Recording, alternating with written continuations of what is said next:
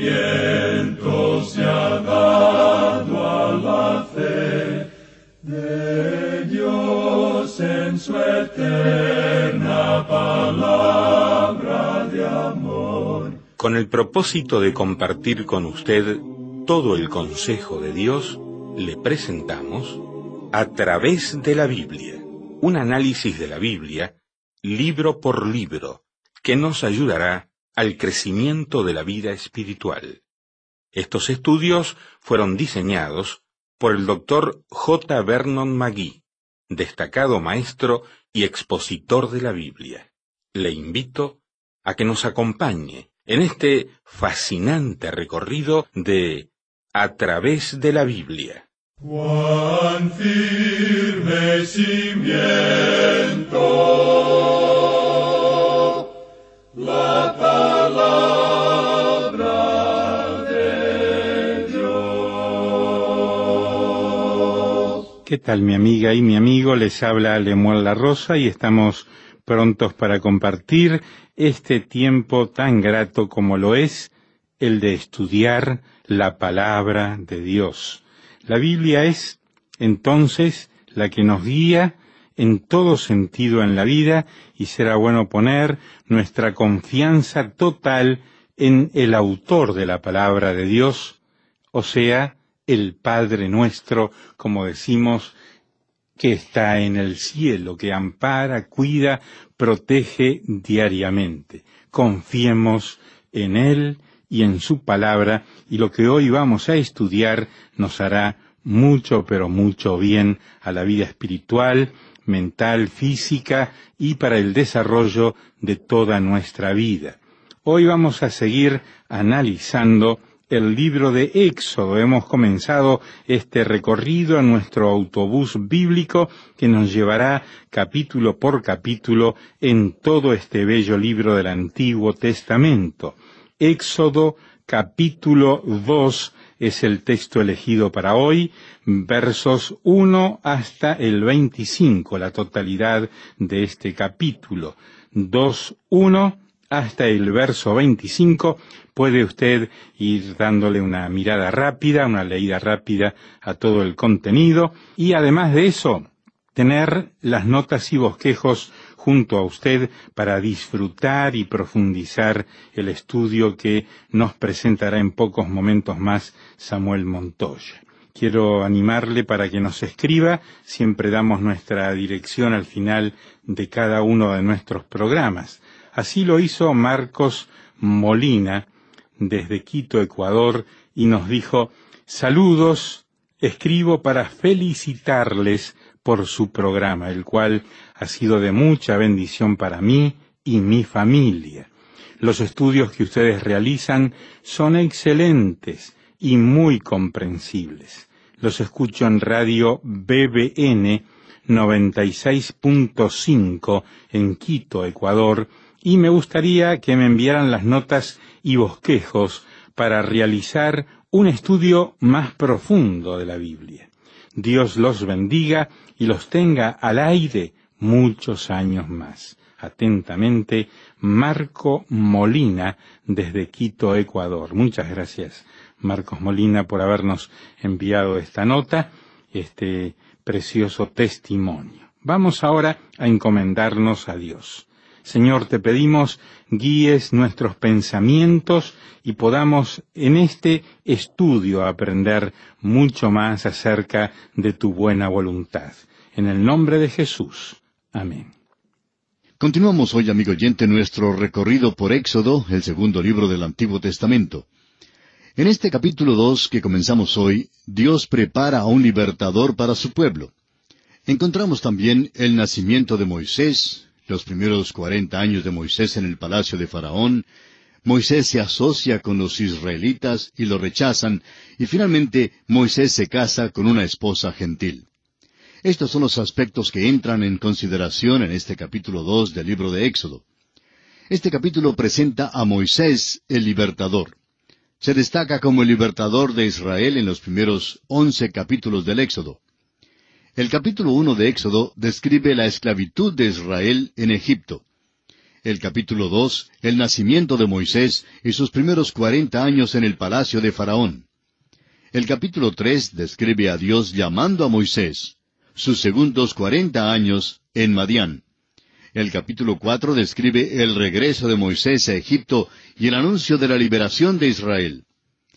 Los capítulos 5 al 11 describen la contienda de Moisés con Faraón y las 9 plagas contra la idolatría de Egipto. Éxodo es el gran libro de la redención. Nada se principia ni se termina en este libro. Es simplemente una continuación de la historia que comenzó en el Génesis y que continúa hasta los libros de Levítico y Números. Consideremos ahora el primer aspecto, o sea, el nacimiento de Moisés. Leamos los primeros 2 versículos de este capítulo 2 de Éxodo. Un varón de la familia de Leví fue y tomó por mujer a una hija de Leví, la que concibió y dio a luz un hijo, y viéndole que era hermoso, le tuvo escondido 3 meses. Esta es la antigua historia del hombre que ve a una mujer, se enamora de ella y se casan. Ella también le ama a él y tienen un niño. Así es la vida humana, y esta es la historia que tenemos aquí. Moisés escribe este relato en cuanto a sus padres y su nacimiento, un relato modesto, por cierto. Por esto tenemos que volver a otras porciones de la Biblia para recibir más información en cuanto a los eventos en Éxodo. Si se nos concediera la oportunidad, la mayoría de nosotros querría contar detalladamente acerca de nuestros padres, pero Moisés ni aun mencionó los nombres de sus padres. Eran personas ordinarias y se encontraban en esclavitud. Eran miembros de la tribu de Leví, y eso es todo lo que nos cuenta Moisés aquí en cuanto a ellos. Más tarde nos enteramos de que sus nombres son Amram y Jocabed. El versículo 2 nos dice solamente que Moisés era un niño hermoso y bueno de salud. Moisés también parece que mantuvo en reserva muchos detalles en cuanto a su propia historia personal. Ahora el versículo 3 de Éxodo capítulo 2 nos dice, «Pero no pudiendo ocultarle más tiempo, tomó una arquilla de juncos y la calafateó con asfalto y brea, y colocó en ella al niño y lo puso en un carrizal a la orilla del río». Moisés no era tan solo un niño de buena salud, sino que también tenía 2 pulmones buenos. Sus padres pudieron esconderlo al principio, pero llegó el día cuando Moisés realmente lloraba y chillaba a todo volumen. ¡Qué contraste es esto a unos cuantos años más tarde, cuando el Señor le pide ser su vocero ante Faraón, y Moisés dice que no puede hablar! Muchos de nosotros somos buenos para llorar como los bebés, pero como adultos no es tanto lo que hacemos para el Señor. Jocabed, la madre de Moisés, tenía un problema serio. Ella ya no podía esconder a su niñito. Muchos de los piadosos se habrían portado de una manera diferente a lo que se portó esta madre, y quizá habrían dicho, «Bueno, nosotros confiaremos en el Señor». Esa es una declaración maravillosa, pero ¿se confía realmente en el Señor cuando se actúa neciamente? Jocabed habría sido necia al guardar a su hijo en la casa cuando un guardia que pasaba pudiera haber oído su llanto. Habría significado la muerte instantánea para Moisés. Ahora alguien dirá, pues seguramente el niñito no lloraría cuando pasaba el guardia. Pero, ¿cómo lo sabe? Recuerde que la fe no es un salto en el vacío. Dios nos exige creer lo que es bueno y sólido. Dios nunca nos exige hacer las cosas necias. Jocabed, amigo oyente, hizo una cosa cuerda, sabia. Hizo una arquilla y colocó en ella a Moisés. Ahora el versículo 4 nos dice, «Y una hermana suya se puso a lo lejos para ver lo que le acontecería». Además de formar la arquilla, Jocabed también envió a la hermana de Moisés para cuidarlo y enterarse de lo que sucedería a su hermanito. Sus acciones cuerdas indicaron que ella realmente estaba confiando en Dios. El versículo 5 dice, «Y la hija de Faraón descendió a lavarse al río, y paseándose sus doncellas por la ribera del río, vio ella la arquilla en el carrizal, y envió una criada suya a que la tomase». Ahora se revela la mano del Señor. El Señor intervendrá en esta situación. Esto es lo que hace el Señor cuando uno hace uso del sentido común, y Jocabed lo había utilizado. Bueno, la hija de Faraón vino al río Nilo para lavarse. Sin duda era un sitio retirado, y allí estaba la arquilla. Entonces ella mandó a una de sus criadas a que se la trajera. El versículo 6 nos dice, «Y cuando la abrió, vio al niño, y he aquí que el niño lloraba. Y teniendo compasión de él, dijo, de los niños de los hebreos es este». Aquel mismo momento era el preciso para que el niñito llorara. El hecho es que el Señor pellizcó al pequeñito Moisés y él se puso a llorar. Y en ese momento Dios juntó dos cosas que él había hecho: el llanto de un bebé y el corazón de una mujer. La hija de Faraón simplemente no pudo dejar pasar inadvertido a este pequeñito. Ahora el versículo 7 dice entonces su hermana dijo a la hija de Faraón: ¿Iré a llamarte una nodriza de las hebreas para que te críe este niño? María, la hermana de Moisés, hizo una sugerencia muy provechosa a la princesa, y más tarde no dejaría que su hermano Moisés la olvide. Esta es una historia muy humana, amigo oyente, y Dios tiene algo que decirnos en cada página de su libro. Ahora el versículo 8 de Éxodo capítulo 2 dice: Y la hija de Faraón respondió: Ve. Entonces fue la doncella y llamó a la madre del niño. Este es un verdadero cambio de eventos y muestra cómo Dios realmente obra cuando nos portamos y andamos cuerdamente por la fe. La misma madre del niño fue llamada para criarlo y le pagaron para hacerlo. Nada puede sobrepasar esto, amigo oyente. Nada puede sobrepasar a Dios cuando Él obra en nuestros corazones y en nuestras vidas. Leamos ahora los versículos 9 y 10 de este capítulo 2 de Éxodo. A la cual dijo la hija de Faraón: Lleva a este niño y críamelo, y yo te lo pagaré.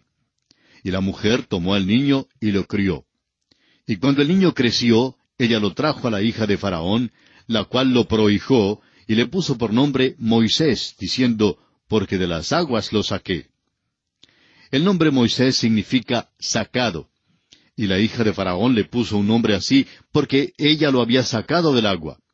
Ahora es posible que la hija de Faraón pudiera haber sido la hija mayor de Ramsés II, pero también pudiera haber sido su hermana. Ella habría sido la soberana siguiente, pero le fue prohibido por razón de su sexo. En lugar de eso, fue llamada la hija de Faraón, y según las costumbres egipcias de ese día, su primogénito tendría el derecho al trono.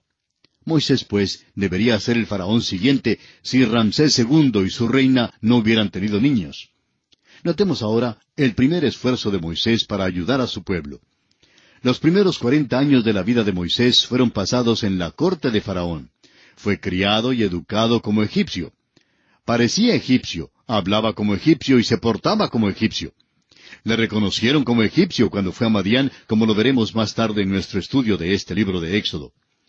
Moisés fue educado en el gran templo del sol, el cual era la universidad sobresaliente de aquel entonces. Menospreciamos a veces lo que conocían los egipcios y lo que lograron. Su astronomía, por ejemplo, era fenomenal. Conocían la distancia exacta al sol. Obraban sobre la teoría de que la Tierra era redonda y no plana. Conocían también muchísimo en cuanto a la química, lo cual es evidenciado por la manera en que les fue posible embalsamar a sus muertos. No tenemos ningún proceso que lo iguale hoy en día. La destreza del artífice y su ingenio con colores era fantástico. Sus colores eran más brillantes que los que tenemos nosotros. Estamos confiados de que nuestras compañías de pintura concederían cualquier cosa si pudieran conocer las fórmulas que utilizaron los egipcios para lograr obtener los colores. Todavía son brillantes, bellos, y causan sobresalto aún después de pasar unos 4000 años. La casa en que vivimos, por ejemplo, tiene que ser pintada cada 2 o 3 años. Además de todos sus otros logros, los egipcios también tenían una colección grande de libros. Se nos dice que Moisés fue educado en toda la sabiduría de los egipcios. La gran falta en la educación de Moisés es que no le enseñaron cómo servir a Dios. Pero no menosprecia a Moisés, amigo oyente, porque era un hombre sobresaliente. En el libro de los Hechos, capítulo 7, versículos 20 al 29, en la primera parte del 29, el diácono Esteban revela algunos detalles importantes en cuanto a este período de la vida de Moisés. Dice Esteban: En aquel mismo tiempo nació Moisés, y fue agradable a Dios, y fue criado 3 meses en casa de su padre. Pero siendo expuesto a la muerte, la hija de Faraón le recogió y le crió como a hijo suyo. Y fue enseñado Moisés en toda la sabiduría de los egipcios, y era poderoso en sus palabras y obras. Cuando hubo cumplido la edad de 40 años, le vino al corazón el visitar a sus hermanos, los hijos de Israel. Y al ver a uno que era maltratado, lo defendió, e hiriendo al egipcio, vengó al oprimido. Pero él pensaba que sus hermanos comprendían que Dios les daría libertad por mano suya, mas ellos no lo habían entendido así. Y al día siguiente se presentó a unos de ellos que reñían, y los ponía en paz, diciendo, varones, hermanos sois, ¿por qué os maltratáis el uno al otro? Entonces el que maltrataba a su prójimo le rechazó, diciendo, ¿quién te ha puesto por gobernante y juez sobre nosotros? ¿Quieres tú matarme como mataste ayer al egipcio? Al oír esta palabra, Moisés huyó. Hasta aquí lo que dice Esteban. En otras palabras, toda su educación en Egipto no era suficiente para preparar a Moisés para librar a los israelitas.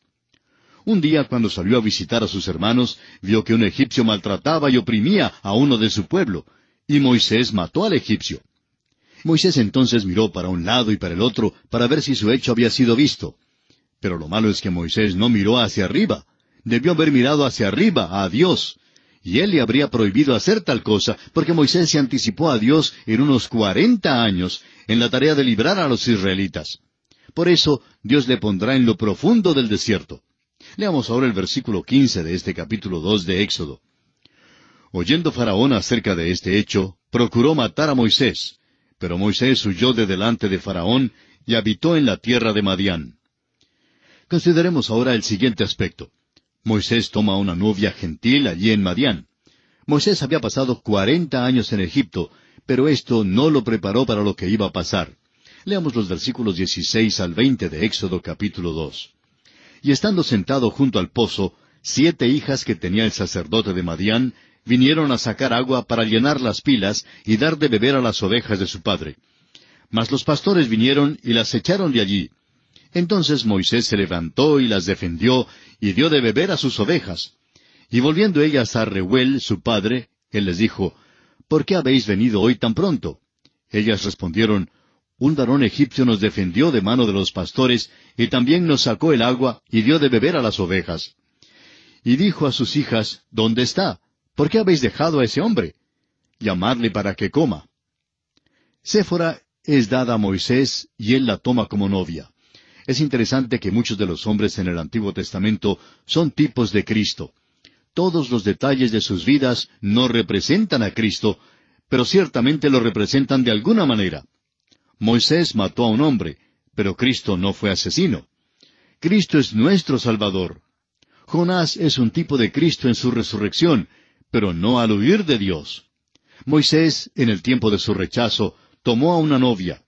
Israel ha rechazado a Jesucristo como su Salvador, y nosotros hoy vivimos en el día de aquel rechazo. Pero en estos días, Cristo está llamando de afuera una novia para sí mismo, y aquella novia es la iglesia. Así pues, encontramos a Moisés en la tierra de Madián. Durante los próximos 40 años, Madián será su hogar.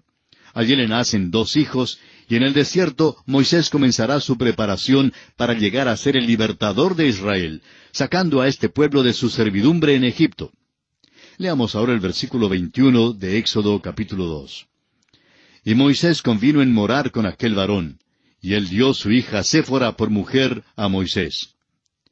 Siempre ha habido una pregunta en cuanto al estado matrimonial de Moisés. Estamos seguros que debe haber amado a su esposa, pero el relato que tenemos aquí no revela una relación maravillosa. Esta parte de su vida es una de las cosas que Moisés más o menos pasa por alto. Ahora, el nombre Séfora significa gorrión, y su esposa a lo mejor era pequeña. Leamos los versículos 22 al 25 de este capítulo 2 de Éxodo. Y ella le dio a luz un hijo, y él le puso por nombre Gersón, porque dijo, forastero soy en tierra ajena. Aconteció que después de muchos días murió el rey de Egipto, y los hijos de Israel gemían a causa de la servidumbre, y clamaron, y subió a Dios el clamor de ellos con motivo de su servidumbre. Y oyó Dios el gemido de ellos, y se acordó de su pacto con Abraham, Isaac y Jacob. Y miró Dios a los hijos de Israel, y los reconoció Dios. Dios está preparándose para librar a los hijos de Israel. Moisés había sido educado para ser aquel libertador. Dios no escogió librar a los israelitas porque fueran superiores a los egipcios, ni porque hubieran sido verdaderos y fieles, ni porque se hubieran apartado de la idolatría. Este pueblo había sido muy infiel a Dios. Servían a los ídolos antes que a Él. Usted recordará que después que habían sido liberados de Egipto y Moisés les había guiado al desierto, Los israelitas no pudieron esperar para hacer un becerro de oro fundido para adorarlo. Dios deseaba librarlos porque ellos se encontraban en una posición desvalida, desesperada como esclavos en Egipto, y a menos que alguien interviniera por ellos, hubieran perecido. Dios da dos razones para librar a Israel. En primer lugar, oyó el gemido de ellos, y en segundo lugar, se acordó de su pacto con Abraham, Isaac y Jacob. La condición desesperada de Israel llamó la atención del corazón de Dios, y su promesa de traer de vuelta a los descendientes de Abraham a la tierra después de 400 años causaron que Dios proyectara un plan para librarlos. Amigo oyente, si usted es redimido, ¿por qué piensa usted que Dios le ha redimido? Dios nos salvó por la misma razón que salvó a Israel. Dios no encontró nada en nosotros que exigiera su salvación. Él aclara muy bien que no somos salvos por ningún mérito que poseamos. El apóstol Pablo lo explica en su carta a los Romanos, capítulo 3, versículos 23 y 24, al decir, «Por cuanto todos pecaron y están destituidos de la gloria de Dios, siendo justificados gratuitamente por su gracia, mediante la redención que es en Cristo Jesús». Ahora, la palabra gratuitamente quiere decir sin tener causa. Hemos sido salvados de nuestros pecados sin tener causa. Es la misma palabra que nuestro Señor usó cuando Él dijo, según el Evangelio de Juan capítulo 15, versículo 25, que le aborrecieron sin causa. Dios no nos miró diciendo, ustedes son muy amables y superiores a otros, y por eso les voy a redimir. El hecho es que Dios nos vio en la oscuridad más profunda de pecado e ignorancia. Vio que éramos perdidos, sin esperanza y sin poder salvarnos a nosotros mismos. El amor de Dios proveyó a un Salvador. El Señor Jesucristo nos dice en Juan 3:16, «Porque de tal manera amó Dios al mundo, que ha dado a su Hijo unigénito». Sin embargo, no fue su amor el que nos salvó, fue su gracia. Somos salvos sin causa, por su gracia, por la redención que se halla en Cristo Jesús. Muchos creen que Dios vio algo en ellos digno de la salvación. Creen que Dios los salva como pecadores, pero viendo que llegarían a ser personas muy amables. Amigo oyente, esta idea es enteramente errónea. Nunca llegaremos a ser amables. Cada uno de nosotros tiene la vieja naturaleza en la cual no mora ningún bien. El apóstol Pablo en su carta a los Romanos capítulo 7 versículo 18 nos dice, «Y yo sé que en mí, esto es, en mi carne, no mora el bien». Es algo realmente chocante el decir que no mora ningún bien en el hombre de ninguna manera. Nunca ha habido ningún bien, y nunca lo habrá en nosotros. Por eso no podemos producir ninguna cosa que sea buena. Por eso Dios nos da una nueva naturaleza cuando somos salvos, y es por esto que la vieja naturaleza debe ser destruida eventualmente. Dios no vio ningún bien en Israel, y esto es lo que le causó librar a esta nación. Oyó el gemido de Israel, estando ellos en esclavitud, y los redimió. Dios vio nuestra condición desesperada y nos salvó. Dios tuvo un plan, pero no preguntó a los hombres lo que ellos pensaban en cuanto a Él. Dios no dijo, «Este es mi plan para su salvación. Si les agrada, lo llevaré a cabo». No, Señor, de tal manera amó Dios al mundo que envió a su Hijo para morir por los pecados suyos y los míos. Amigo oyente, ¿cuál es su reacción a lo que Dios ha hecho por usted? Quiera usted sensibilizar su corazón a Cristo Jesús ahora mismo y recibirle como su Salvador personal. Dios le ayude a hacerlo en este mismo instante. Lamentablemente el tiempo se nos ha terminado. ¿Qué le ha parecido el programa? Nos gustaría saber cómo le ayudó. En pocos segundos más le daré la dirección para que nos escriba. Usted puede escuchar, a través de la Biblia, de lunes a viernes, en esta emisora y en este mismo horario. Será un grato placer poder enviarle las notas y bosquejos de este programa. Estos libritos, sin costo para usted, le ayudarán a seguir paso por paso los estudios en cada libro de la Biblia. Su apoyo a este programa es muy importante para que podamos continuar día tras día con estos estudios bíblicos por radio. Pedimos su apoyo en oración y con sus ofrendas y donaciones para que podamos continuar en esta emisora. Si necesita más información o sencillamente para que nos cuente acerca de los beneficios que recibe de este programa, escriba a la siguiente dirección: A través de la Biblia, apartado 2805, Miami, Florida, 33265, 2805, Estados Unidos. Repito, programa A través de la Biblia, apartado 2805, Miami, Florida, 33265, 2805, Estados Unidos. Por correo electrónico, escriba a atv@transmundial.org. Telefónicamente puede llamarnos ahora mismo gratuitamente al siguiente número: 1-800-880-5339. 1-800-880-5339. Amigo y amiga, nos tenemos que despedir ya mismo. Pido a Dios que le bendiga. Este programa es producido bajo los auspicios de Radio Transmundial. Todo lo pagó Cristo, quien por mí libremente derramó su sangre carmesí.